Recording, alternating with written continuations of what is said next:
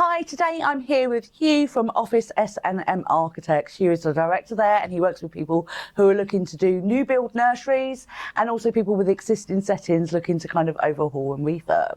So today you must have people who are very, very passionate about building their vision. You know, and what does that look like when they kind of come to you, and how are you working with them to make sure that that vision is achievable? I think that's, we come in sort of often at quite early stages to start to assist people in doing that. And I think, the way to sort of set up good foundations of that is to really kind of do your research.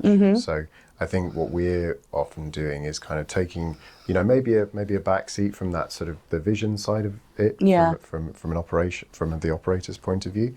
But we're really looking at sort of doing some of the groundwork, doing the research. So, we'll be liaising with the landlord about queries with the existing spaces. We'll be, might be looking at heads of terms and kind of any clauses within that to really just understand kind of what are the things we're going to need to consider from a kind of technical and delivery perspective. Yeah, the more practicalities rather than the this is what I'm going to create. Exactly. Okay, exactly. Because obviously we love to design and we love to kind of get into that. But you need the boring bits as well. You need those. So so we're kind of doing that in the background and using our experience to kind of know what questions to ask and how to kind of push some of those things forward. And that really helps. We find that helps in kind of negotiations and kind of going through the processes that the operator will be going through. So it's sort of assisting that process from a perspective of kind of knowing a little bit about heating, ventilation, and cooling, and sort of seeing what are kind of common pitfalls in terms of existing spaces or existing fit outs. Kind of what are the things that might be costly if they are broken? What are the things that might be broken? What things could we make better? And I mean, you must have had some, you must have people who have had some really, really kind of bold ideas.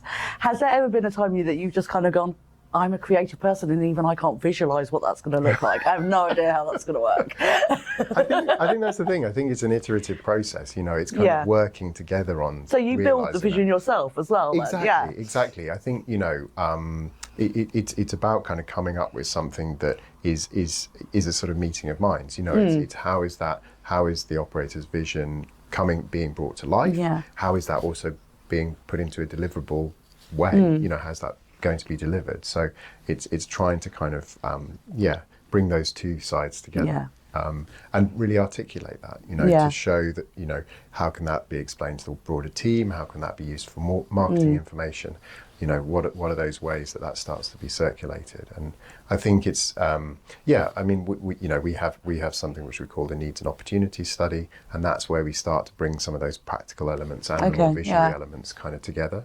Because there are always sort of existing settings might be able to be optimized a little bit, or it might be kind of completely imagining how a space that's never been used as a nursery before can be used. Will look like it, And so it's looking at those ways of kind of adding value through the process, but right from the start, and helping to develop that vision into something which is practical, workable, meets all the best standards, and all the operational needs of a space as well. So it's really kind of doing those practical things as well as the look and feel. How is at the end of the day, how's it going to deliver on that brand? Bringing those together. I do hope you found that useful, and if you have any questions, please drop them in the comments below.